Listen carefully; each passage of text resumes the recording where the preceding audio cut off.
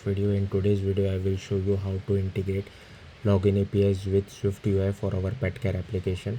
So first of all I will show you guys a demo. So I will just click on next. I will click on the login button and then I will enter my credentials.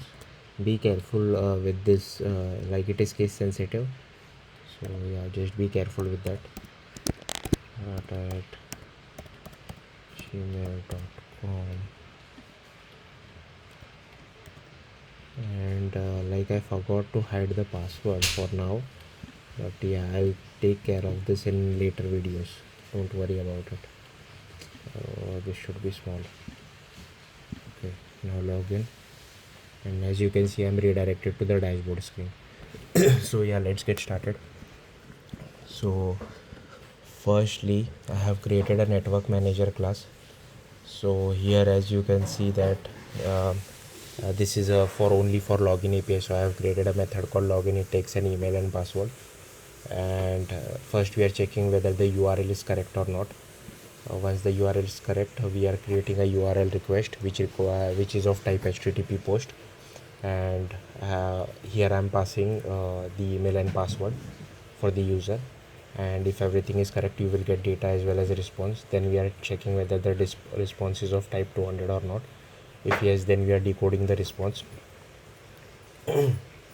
uh, if yes, then we are decoding out it over here. Otherwise we are anyways decoding the response and throwing an error message to the user. Next is the login response. So this is how the login response would look like. You will either get a token or an error. Next, in getting slider, I think no changes as such. Pet care text field, no changes as such. Simple button, no changes. Then I have created this pet care progress view. So this is just a progress indicator once our API, once we start to make an API call. Next, inside constants, so I have added this for URLs, and don't think anything as such. Next I have created an extension, so nothing in the extensions as well for now. Then I have, so in getting started view, here you can see that I have wrapped it inside a navigation stack. So navigation view is deprecated and navigation stack is the right way of doing navigations from iOS 16 onwards. So here you can see I have removed my button for page number 3 and I replaced it with navigation link, and this will help us navigate to the login view. So yeah, that's how you navigate to the previous screen, to the next screen, sorry. And here I think everything else remains the same. Next, for login view,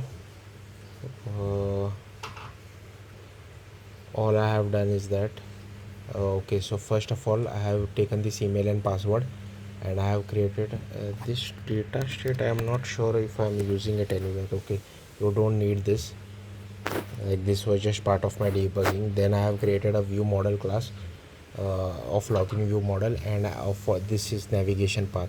So I have again wrapped our view with navigation stack and passed this path inside over here. Next, what I'm doing is that once I click on the button, I'm making a login our API call. So view model dot do login and send the email and password, and here I'm checking if the token is empty or not. If it is not empty, then I am doing part dot append one. Now what is this part dot append one? So basically we want to navigate to the home screen, on the main screen or the dashboard screen or tab view, whatever you want to call it. So here you can see at the bottom I have done this. So navigation destination is main view. So swiftui is smart enough to know that when I append path 1,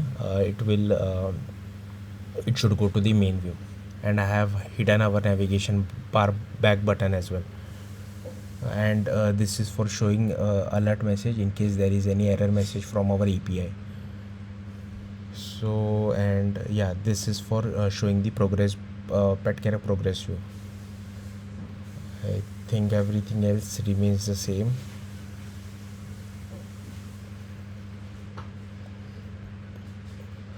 Next, inside main view I have just added this navigation back button equal to hidden.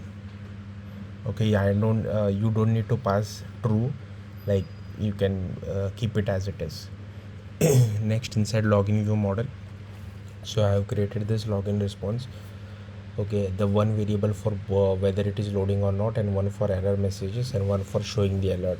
So inside do login, so this will run on the main thread. Okay, this will switch thread to the background thread. Then once we get the data, again I'm switching back to the main thread, and I'm appropriately assigning the variable. So if token is not equal to empty, then assign it to login response, otherwise we will get an error message, and we'll make this as false as well. Same for main actor dot run as well. Next, so yeah, that's it.